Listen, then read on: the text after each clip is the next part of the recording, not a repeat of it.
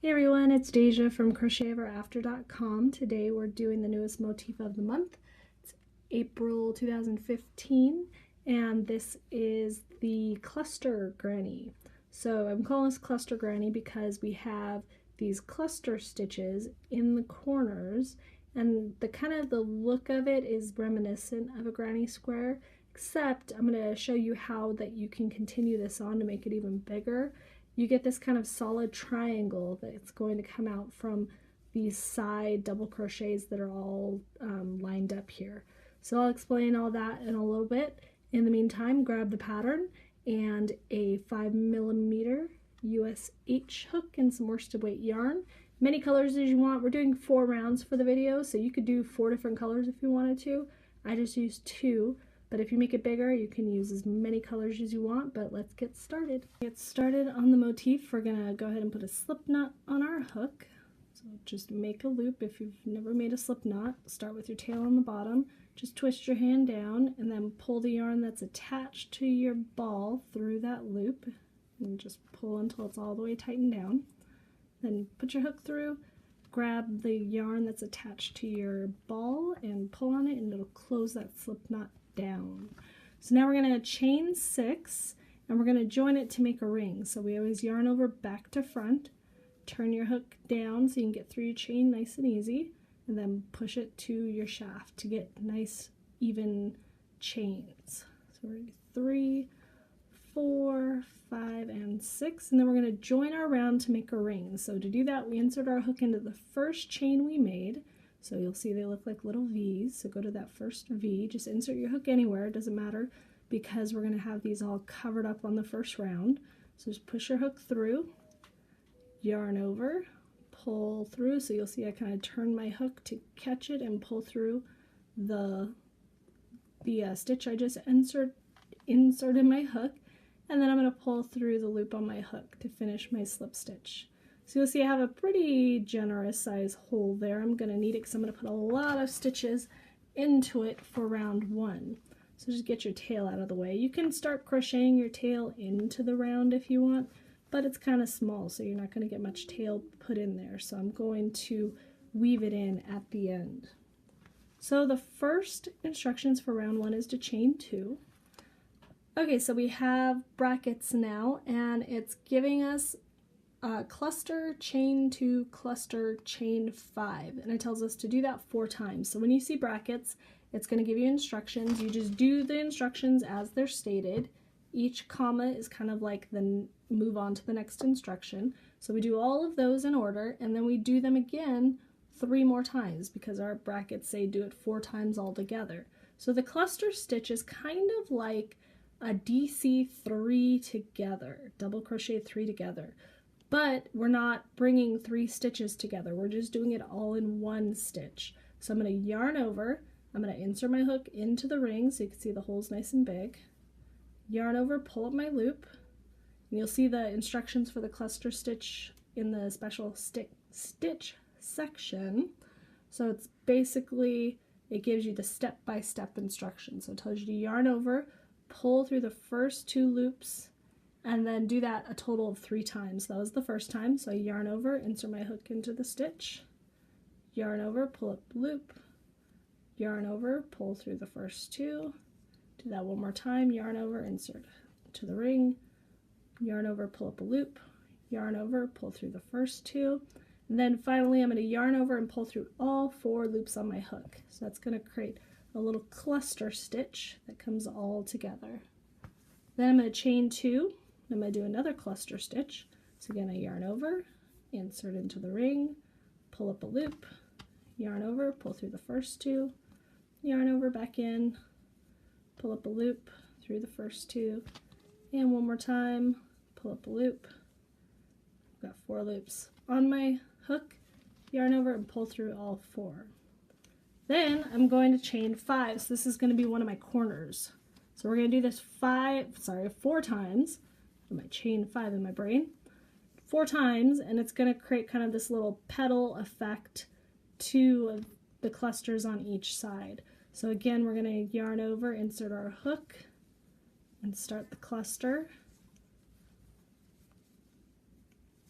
And we're gonna do this 3 times total, still, can't speak correctly, all inside the ring. Okay, you can see I have one more group to go, but I've run out of circle, but that's okay because we work around the ring, so all we have to do is just grab both ends and pull them apart, and I have more ring to work into now. So if you find that your stitches are kind of overtaking the ring and crowding into the beginning of your stitches, just pull them over, they will move, and then you can fit the rest of your stitches in. So I'm going to finish up this group and then we will join and start our next round. Okay, I just finished the last section. Now I'm going to join up with the slip stitch in the top of my chain 2. Whoops, I missed it. And then we're going to start round 2. So again, we're going to chain 2 to begin. And then you'll see that we have some more brackets. So it's telling us to DC 3 times in our next chain 2 space. So it's talking about this guy over here in between our 2 clusters.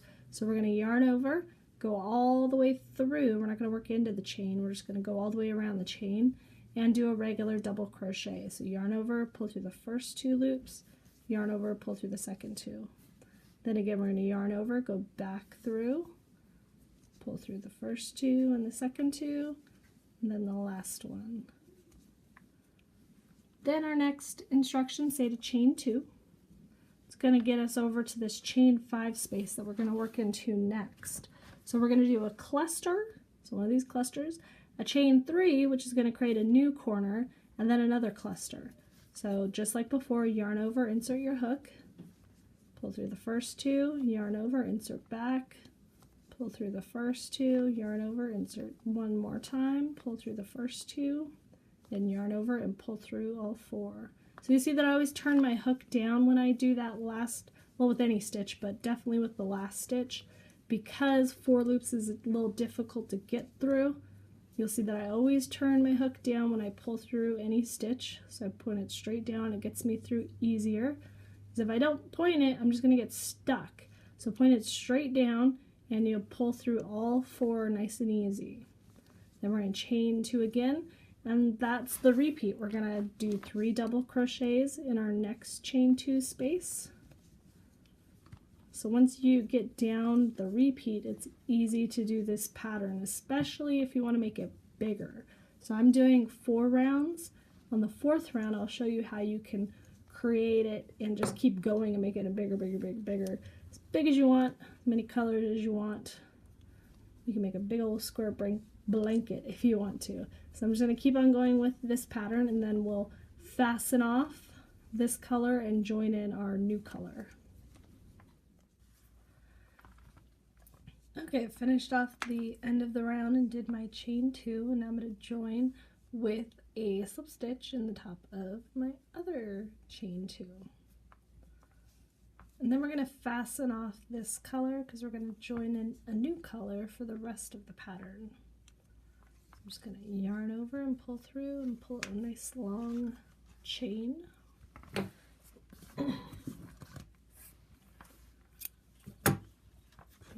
Pull that green out, and I'm going to grab some blue. Right, and then we're going to join our yarn for round 3 with what's called a standing stitch. So I've seen some of my other tutorials, you already know what this is. If you haven't, you're going to learn, and it's an easy way to start a round without using chains. So instead of slip stitching and chaining 3, which is going to count as a double crochet, we're just going to start double crocheting. So we're going into the first of 3 of the 3 double crochets. So that's what our pattern says, any of the first of 3 DC groups. So this is our DC group. So we're just going to yarn over like we would for a regular double crochet. Hold onto your tail, otherwise it's just going to pull right out. So hold onto your tail to make sure you keep your yarn over. Insert your hook, keep your tail behind you on the back side of your project, and insert your hook under both loops of that very first double crochet in the group. Doesn't matter which one, it could be this one, this one, this one, or this one, whatever one you want to pick, but it's got to be this middle double crochet group.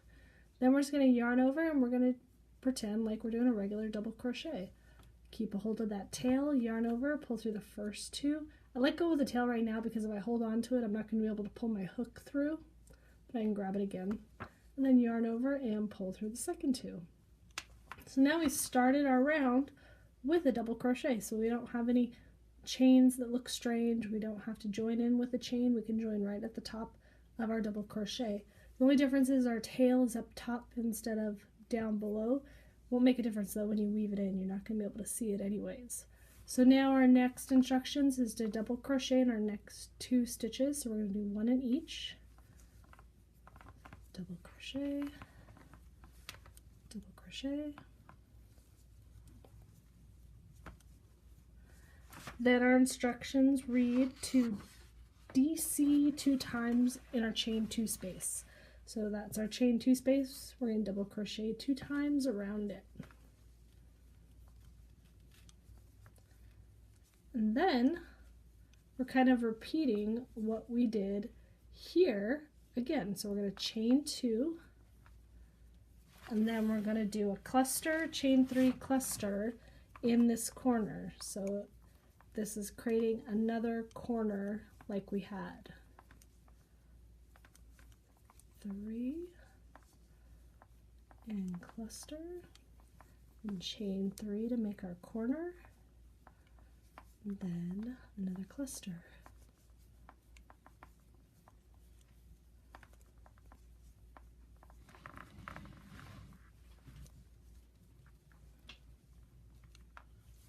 Then we're going to chain 2 again, get back over to that next chain 2 space and do some double crochets in there. So we'll do 2 in every chain 2 space that we come to, and then we're going to double crochet in every double crochet that we come to. So for this round there's just 3. So we're skipping that chain 2 that we did from the beginning of the round. On round 2 it's not going to count as anything. We're just going to go under the first double crochet of this group of 3. I'm just kind of crocheting around my tail. You can leave it out and weave it in, or crochet around it, whatever you like to do. And then our repeat begins here where we double crochet in that chain 2 space. That's basically just double crocheting in every double crochet, two double crochets in every chain 2 space, and then we're going to chain 2 to get to our corner where we do that corner stitch, cluster, chain 3 cluster. So we're doing that all the way around until we get back over here, and we'll do a little bit different on the end. So just keep working around with the instructions, and then we'll come back and meet up at the end of the round. Oops, that should be a cluster.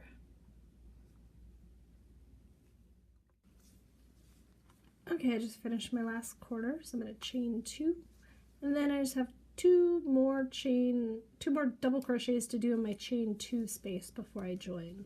So make sure that you do those last 2, otherwise you'll have a lopsided square.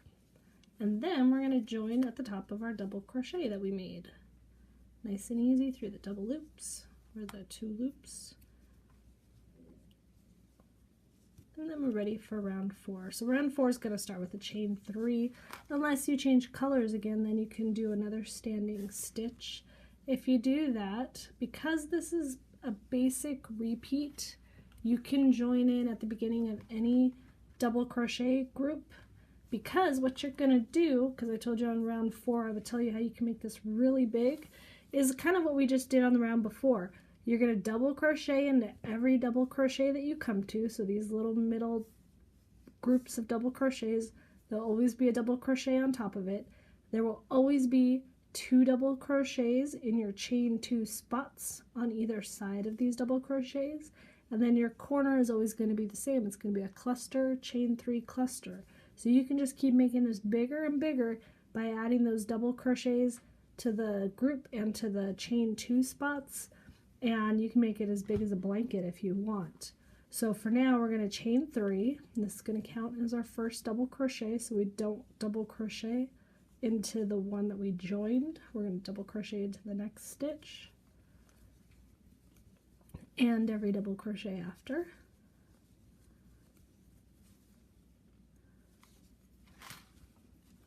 Some slack. And then 2 double crochets in that chain 2 space. Oh, don't forget to do your chain 2s also to get to your corner. You have to do that every time as well. So this will be a chain 2, and then you're at your corner. Then it's cluster, chain 3 cluster.